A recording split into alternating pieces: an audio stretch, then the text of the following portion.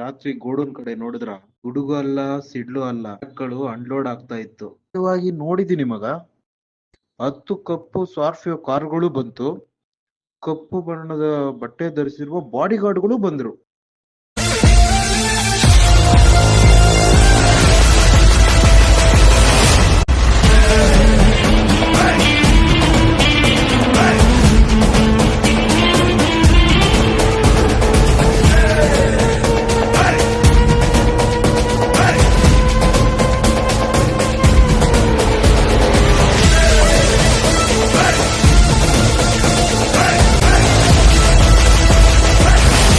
ಆಗಂತೂ ಇರಲ್ಲ. ಅವನು ಯಾರೇ ಇದ್ರು ಪೊಲೀಸವ್ರ ಮಾತ್ರ ನಂಬರ್ ಒಂದೇ.